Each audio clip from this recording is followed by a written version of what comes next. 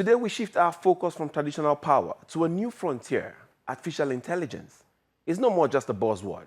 It's become a force shaping economic survival, political stability, and national relevance.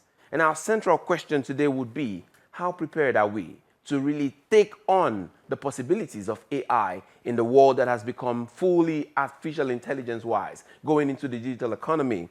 And joining me right now is a guest who is well-versed when it comes to AI. He is an AI leader and data specialist, a global perspective on national preparedness. That's what he does. He understands what it means to be really prepared for AI. In fact, he has been congratulated by the president and many other top officials as regards his work in the artificial intelligence industry. I want to welcome Abo Abel. He's our guest today. You're welcome to the program.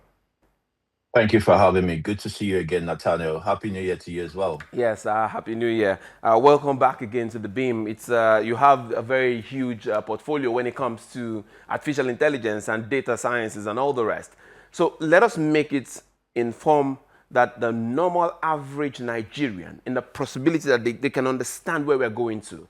We're talking artificial intelligence AI readiness. We're talking rankings. We have Nigeria ranked globally 72nd. We have them in Africa ranked as 4th. And then the question is, what really is this national readiness for AI? What really is the ranking about? What really does it say?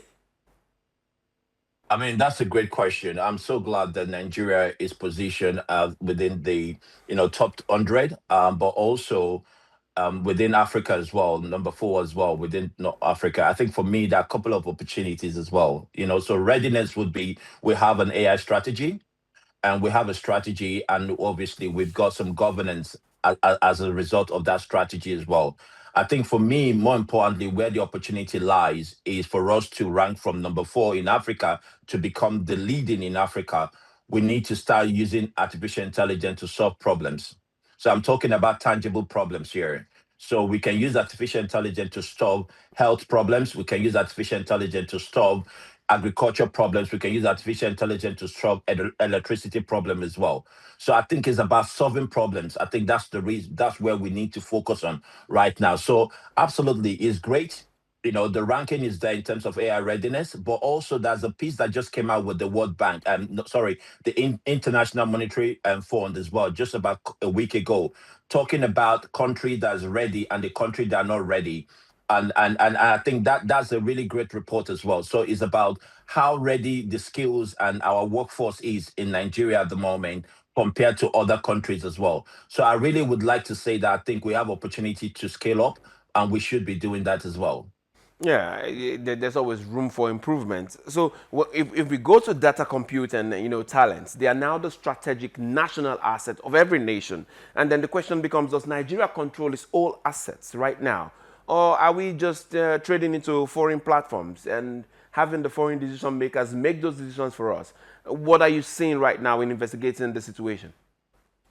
I think we don't own it, and that's the reason why I think, and that's just reflective. If you look at the recent figure that was put out by CBN and the balance of payment of the country, it sees that we've spent so much money around importing things, services, and data services is one of the services that we import as well. So, for example, your phone at the moment, your cloud provision in terms of where you back up with your pictures and all that, is in Google or some other country outside Nigeria. So the simple reality is that we don't have that. So this is what we need to do. We need to start building data centers that is localized in Nigeria, okay, that's functional in Nigeria and is for Nigeria. So we need to start focusing on building those technology services as well. And I think we need to do that because we're spending too much FX buying those services into the country rather than we creating those services and sending it across Africa. I think that's something that we need to do.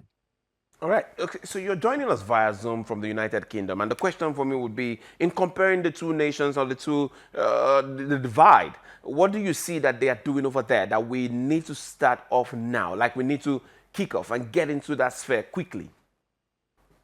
So simply in the UK, we have what we call the growth zones across the UK. And I said this in my last conversation with you, if I can remember correctly. So the growth zones are zones where that the government is absolutely looking to develop things like data centers, getting some AI readiness as well, and getting investment into those areas as well. And if you compare that with Nigeria, we don't have growth zones. Okay, so what we have is free zones, for goods and service, for goods mainly, not services. So we need to create some more growth zones in Nigeria, but also we need to attract investments around developing infrastructure. So these infrastructures are data centers. So at the moment, we've got Galaxy Backbone and some other players around Lagos. So we need to do more across the country, right? Nigeria is over 200 million people. We need to do more, and it's quite vast as well. So bringing those infrastructure is really, really important. Now, in the UK, the other things that we do is that we train not just private sector, but also public sector workforce to be AI ready, to be technology ready and technology savvy as well. I think we need to do more of that at the moment as well. So it's not just within government, but also in the private sector. What are we doing to ensure that when people are working, it could be a guy that is selling something in Alaba, how can we ensure that that person is using technology to run their business very well, and the person is better trained? I think that's where the rubber hits the road. So in the UK, people are trained to use this technology. Investment are attracted into the country to expand the infrastructure. And I think finally, in the UK, for example, I'm a board member in Data Lab in Scotland. Now in Scotland, what we do in the data lab is we solve problems for businesses. So when they have real problems, we go there and work with them to solve their problems. And I think that's where we should be focusing on. It's about solving problems, using technology to solve problems, and not just about policies and framework, but using technology to solve problems that Nigeria has. I like that. I mean, it's more like local hands building global brands by solving local problems. I think that's basically how it goes. I Let, mean, let, let us. Let, yeah, go ahead. the way you just summarize it is absolutely important. It's so hard. Local hands using Building solving global local brands problems, by solving local building global problems. brand, and by solving local problem. Yes. I think that's what we need to do, and as a result, we can then export these services. Right, and these services can bring in foreign direct investment back into the country. So it's not just crude oil alone. All right, it's not just crude oil alone. We are also selling services, and those services can bring direct investment that we so need as well. All right. Before we get into the break, let me just ask you quickly: what must Nigeria's president understand when it comes to AI in 2026, and why could his GPT strategy or the lack of one shape the country's economic and political future? How does that shape the future of the economy and polity in general?